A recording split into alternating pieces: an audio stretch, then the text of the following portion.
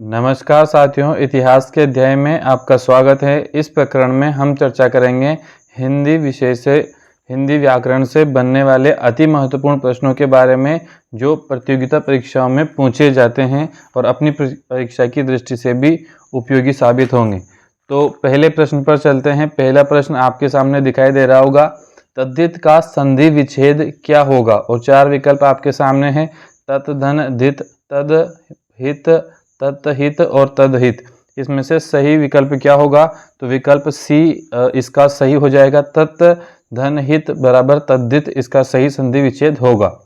अब अगले प्रश्न को देखिए, उद्विग्नी का संधि विच्छेद क्या होगा? और चार विकल्प आपके सामने है, उद, उत, उत और उत है, और पीछे देखना दिन्न है, दिग्न है, विघ्न है और विन्न है।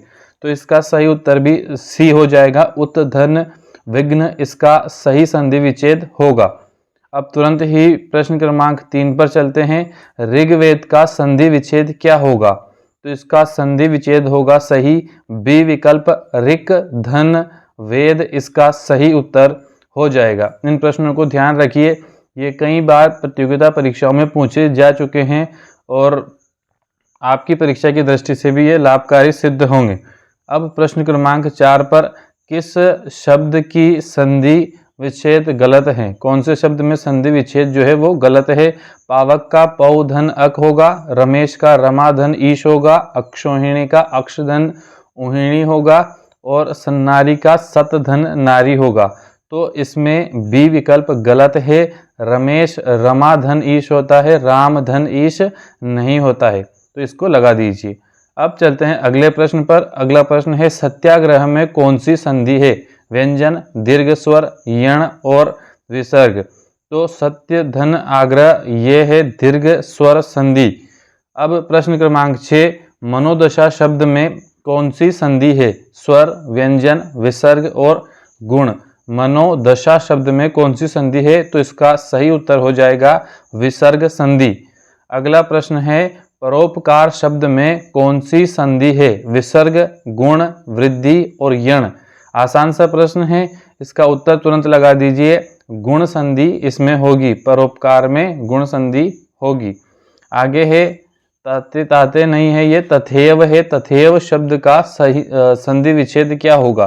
तथ धन एव, तथ धन एवं, तथा धन एव और तथा धन एव। छोटा ए और बड़ा ए दो है, तो तथा धन एव डी विकल्प इसका सही उत्तर हो जाएगा। अब तुरंत चलते हैं प्रश्न क्रमांक 9 पर। प्रश्न क्रमांक 9 है, गुण संधि का उदाहरण है और चार विकल्प आपके सामने हैं। अगर इस प्रकार का प्रश्न परीक्षा में आता है तो आपको सबसे पहले उन शब्दों का संधि विच्छेद करके देखना है ताकि आसानी से पता लगा सको। महोत्सव, महोषधि, अन्वेक्षण और गायन। तो इसका सही उत्तर हो जाएगा महोत्सव। मात्राओं के हिसाब से भी आप इसका उत्तर लगा सकते हैं तुरंत, पर संधि विच्छेद कर लो तो वो ज़्यादा सही रहेगा। अब प्रश्न क्रमांक 10 है, ने धन अन बराबर नयन। इसमें कौन सी संधि है? दीर्घ, गुण, यण और अयाधि। तो इसका सही उत्तर हो जाएगा अयाधि संधि। अब प्रश्न क्रमांक 11 आपके सामने है, भवन का सही संधि विच्छेद क्या होगा? भवन, भ धन वन, भ धन अन, भो धन अन, भौ धन अन। ये चार विकल्प आपके सामने हैं, तो विकल्प सी इसका सही उत्तर हो जाएगा भो धन अन। आप तुरंत कमेंट बॉक्स में बताइए कि इसमें कौन सी संधि हो रही है, उस संधि का नाम बताइए। संधि विच्छेद तो आपके सामने है, अब संधि का नाम आप कमेंट बॉक्स में आकर तुरंत बता दीजिए। अगला प्रश्न है प्रश्न क्रमांक 12, राकेश का संधि विच्छेद होगा? राके धन श, राक धन ईश, राका धन ईश, राका धन ईश और ई छोटा ई और छोटा बड़ा ई, दो विकल्प हैं यहाँ पर। तो इसका सही उत्तर हो जाएगा सी विकल्प, राका धन ईश, राकेश हो जाएगा यहाँ पर। अब प्रश्न क्रमांक 13, न्यून में कौन सी संधि है? न्यून में यण, व्यंजन, दीर्घ और अयाधि। तो इसका सही उत्तर हो जाएगा यण संधि। न्यून में यण संधि है। अब प्रश्न क्रमांक 14, पुस्तकालय का सही संधि विच्छेद क्या होगा? पुस्त धन काल धन अय, पुस्त धन कालय, पुस्तक धन लय या पुस्तक धन आलय। तो इसका सही उत्तर हो जाएगा डी विकल्प, पुस्तक धन आलय किताबों का घर, इसका सही उत्तर होगा। अब प्रश्न क्रमांक 15, नेति का संधि विच्छेद होगा ने धन इति, ने धन ति, न धन ति या न धन इति। तो इसका सही उत्तर होगा न धन इति। नेति का संधि विच्छेद जो होगा वो होगा न धन इति। अब प्रश्न क्रमांक 16 आपके सामने है, समास से संबंधित ये प्रश्न है। पंचानन में निम्न में से कौन सा समास है?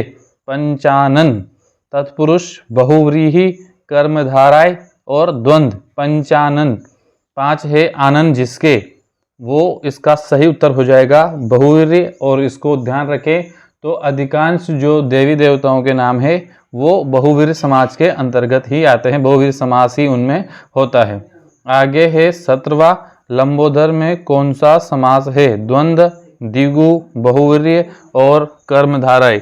लंबोदर में इनमें से कौन सा समास होगा? तो विकल्प सी इसका सही उत्तर हो जाएगा, बहुव्रीहि समास होगा। अगला प्रश्न आपके सामने है, देवालय में कौन सा समास है? तत्पुरुष, बहुव्रीहि, कर्मधारय और द्वंद्व। देवालय में बताना है तो इसका सही उत्तर हो जाएगा तत्पुरुष समास। देवालय में तत्पुरुष समास है। प्रश्न क्रमांक 19 आप देख पा रहे होंगे, काली मिर्च।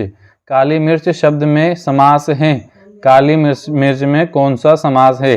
विकल्प आपके सामने दिए गए हैं, तो इसमें सही उत्तर होगा कर्मधारय समास। विकल्प सी इसका सही उत्तर हो जाएगा, कर्मधारय समास काली मिर्च में है, ये आपको ध्यान रखना है। अब प्रश्न क्रमांक 20, सुमेलित कीजिए। इस प्रकार के प्रश्न जब परीक्षाओं में आए तो आपको चारों विकल्पों को बड़े ध्यान से पढ़ना है, क्योंकि उसमें 3 विकल्प सही होते हैं और 1 विकल्प उसमें गलत होता है। पहला विकल्प देख रहे होंगे आप, कनफटा। कनफटा में द्वंद्व समास है, या चक्रपाणी में बहुव्रीहि समास है, या दोपहर में द्विगु समास है, या कार्य निपुण में अधिकरण तत्पुरुष समास है। यानी कि 4 समास यहाँ पूछे हैं पर 1 यहाँ पर गलत है। तो कनफटा में द्वंद्व समास नहीं है, आप इसका उत्तर कनफटा लगा सकते हो, ए विकल्प। अब चलते हैं अगले प्रश्न पर, अति महत्वपूर्ण, संधि और समास में क्या समानताएं हैं? क्या बात है जो दोनों में कॉमन है? दोनों में ही शब्द का विकास होता है। संधि और समास दोनों में ही ध्वनियां मिलती है, दोनों में ही ध्वनि विकार अनिवार्य है, दोनों ही शब्दों को संक्षिप्त करते हैं। तो विकल्प डी इसका सही उत्तर हो जाएगा कि दोनों में ही शब्द को संक्षिप्त किया जाता है। संधि विच्छेद जब हो रहा होता है तो उसको जब जोड़ते हैं तो वो शब्द छोटा हो जाता है। अब 22वां प्रश्न देख रहे होंगे आप, समास का अर्थ है संक्षिप्त, विच्छेद, विस्तार, नवीन अर्थ। तो आसान सी बात है, समास में अभी पढ़ा अपन ने, छोटा करते हैं, संक्षिप्त, ए इसका सही उत्तर हो जाएगा। प्रश्न क्रमांक 23, पीताम्बर का सही विग्रह होगा। पीताम्बर का, पीत है जो अंबर, नीला है जो वस्त्र, पीले जैसा अंबर, पीत जैसा वस्त्र। तो इसका सही उत्तर हो जाएगा पीत है जो अंबर, पीला है जो वस्त्र, इसका सही उत्तर हो जाएगा। यानी कि विकल्प ए इसका सही उत्तर होगा। प्रश्न क्रमांक 24, इनमें से कौन सा शब्द घृणा शब्द का विलोम नहीं है? घृणा का, प्रेम, तिरस्कार, प्यार, अनुराग। कौन सा शब्द घृणा का विलोम नहीं है? तो प्रेम, प्यार और अनुराग तो है, तिरस्कार इसका नहीं होगा, यानी कि बी विकल्प इसका सही उत्तर हो जाएगा। अगला प्रश्न आपके सामने है, ऋजु का विलोम शब्द है। ऋजु का विलोम सरल, त्रिकोण, वक्र और सीधा।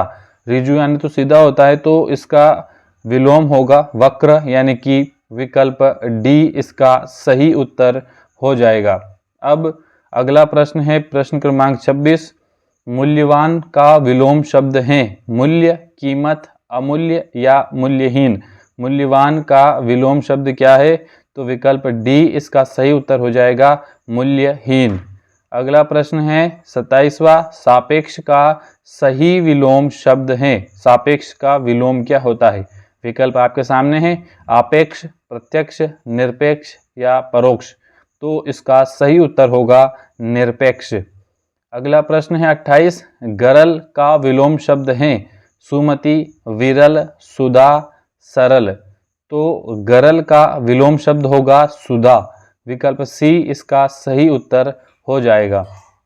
अगला है बाण, यानी कि ये बाण है, बाण का पर्यायवाची नहीं है शिलीमुख, विशिख, अशुभ, सारंग। तो बाण का पर्याय सारंग नहीं है, विकल्प डी आप लगा दीजिए। अगला प्रश्न है कैवल्य का सही पर्यायवाची होगा तपस्या, मोक्ष, समूह, इनमें से कोई नहीं। तो केवल का सही पर्यायवाची है मोक्ष। आपने अगर इतिहास में पढ़ा हो तो भगवान महावीर स्वामी को कैवल्य की प्राप्ति हो गई थी, यानी कि मोक्ष की प्राप्ति हुई थी। अब चलते हैं प्रश्न क्रमांक 31 पर। मित्र का समानार्थी शब्द है, यानी कि पर्याय शब्द है अरि, रिपु, इन दोनों का अर्थ तो दुश्मन होता है, अनुचर या सहचर। तो इसका सही उत्तर होगा सहचर, विकल्प डी इसका सही उत्तर होगा। प्रश्न क्रमांक 32, वैश्वानर का पर्यायवाची है तनया, सुधा, मंदाकिनी, अग्नि। तो वैश्वानर का पर्याय है अग्नि, आप डी विकल्प लगा दीजिए। प्रश्न क्रमांक 33, सरस्वती का पर्यायवाची नहीं है, 3 तो हैं पर 1 गलत है। क्या शारदा, भारती, वीणा, पद्मा। तो सरस्वती का पर्यायवाची पद्मा नहीं होता है, विकल्प डी आप लगा दीजिए। अगला है प्रश्न क्रमांक 34, नदी शब्द का पर्यायवाची नहीं है सरिता, कलापी, तटिनी, तरंगिणी। नदी का पर्यायवाची क्या नहीं होगा, तो कलापी इसका उत्तर नहीं होगा, यानी कि बी आप लगा दीजिए, कलापी इसका पर्याय नहीं होता है। अगला प्रश्न है कुंजर शब्द का अर्थ क्या है, आसान सा है, कुंजर यानी हाथी। तो विकल्प सी आप यहाँ चयनित कर सकते हैं, हाथी इसका सही अर्थ होता है। प्रश्न क्रमांक अगला देखिए, अंतिम सीमा किस शब्द का अर्थ है, अंतिम सीमा, सीमाहीन, क्षितिज, असीम या पराकाष्ठा। तो पराकाष्ठा का जो है उसके लिए वो शब्द है अंतिम सीमा, उस अर्थ में शब्द आता है पराकाष्ठा, डी आप यहाँ पर लगा दीजिए। अगला प्रश्न है वो कहता है सरल या साधारण वाक्य किसे कहते हैं। तो पहला जो छोटा हो, दूसरा विकल्प जिसका अर्थ सरलता से समझ में आ जाए, तीसरा विकल्प जिसमें एक कर्ता और अनेक क्रियाएं हो, और डी विकल्प जिसमें एक उद्देश्य, एक विधेय और एक क्रिया हो। एक उद्देश्य, एक विधेय और एक क्रिया हो, वो सरल साधारण वाक्य होता है। तो डी विकल्प इसका सही उत्तर हो जाएगा। अगला प्रश्न है उद्देश्य और विधेय किसके अंग हैं, अभी पढ़ा अपन ने, वाक्य के अंग है। तो विकल्प ए यहाँ आप चुन सकते हैं, ये वो सही उत्तर है। 39वां प्रश्न है जिस पर अभियोग लगाया गया हो, वाक्यांश के लिए उपयुक्त शब्द इनमें से कौन सा है। जिसके ऊपर अभियोग लगाया जाता है वो क्या होता है, क्या अभियुक्त होता है, अपराधी होता है, वादी होता है या अभियोगी होता है। तो सही उत्तर होगा वह अभियुक्त होता है, विकल्प ए इसका सही उत्तर होगा। अगला प्रश्न है जिसमें कपट ना हो उसे क्या कहते हैं, जिसमें कपट ना हो उसे क्या कहते हैं, निष्कपट, विकट, प्रकट, संकट। क्या कहेंगे, विकल्प ए इसका सही उत्तर हो जाएगा, उसे निष्कपट कहा जाएगा, यानी कि विकल्प ए इसका सही उत्तर है। अगला प्रश्न है प्रश्न क्रमांक 41, मिट्टी का माधव होना मुहावरे का क्या अर्थ है, यानी कि मिट्टी का माधव होने का अर्थ क्या निकल के आता है। विकल्प देखिए, समझदार होना, मिट्टी की मूर्ति, कृष्ण की मूर्ति, बहुत ही मूर्ख।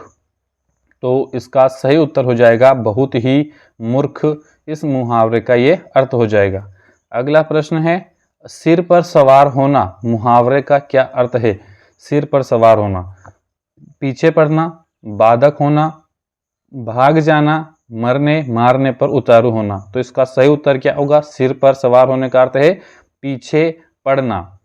अगला प्रश्न है इनमें से किस मुहावरे का भावार्थ सही नहीं है, यानी कि 4 मुहावरे हैं, एक का अर्थ सही नहीं है। घर बसना, घर बसाना, इसका अर्थ विवाह करना होता है। फटे हाल होना, यानी कि बहुत गरीब होना। सी है पेट पर लात मारना, यानी कि भयंकर चोट पहुंचाना। और डी विकल्प है टकासा जवाब देना, यानी कि साफ मना कर देना। तो इसका सी विकल्प सही हो जाएगा, पेट पर लात मारने का मतलब भयंकर चोट पहुंचाना इसका अर्थ नहीं है। अगला प्रश्न है 4 दिन की चांदनी का मतलब क्या है। तो विकल्प है कम पुरानी दोस्ती, उज्जवल रात, क्षणिक सुख, खतरा टल जाना। तो इसका सही उत्तर होगा क्षणिक सुख। 4 दिन की चांदनी का मतलब है क्षणिक सुख। अगला प्रश्न है 45वां, सब धन 22 पसेरी। इसका क्या अर्थ होता है सब धन 22 पसेरी? विकल्प आपके सामने है, बहुत सस्ती होना, बहुत महंगी होना, अच्छा बुरा सबको एक समान समझना, या इनमें से कोई भी नहीं। तो विकल्प सी इसका सही उत्तर हो जाएगा, सबको एक समान समझना। तो ये थे 45 अति महत्वपूर्ण प्रश्न जो हिंदी से अमूमन पूछे जाते हैं। कई प्रश्न प्रतियोगिता परीक्षाओं में पूछे जा चुके हैं। ये प्रश्न आपकी परीक्षा की दृष्टि से आपके लिए लाभकारी होंगे और ये परीक्षा में आते हैं, तो आप इनका सही उत्तर चयनित करके अपने अंक को, अपने स्कोर को और बढ़ाइए। तो यहीं तक ये थे 45 अति महत्वपूर्ण प्रश्न। धन्यवाद।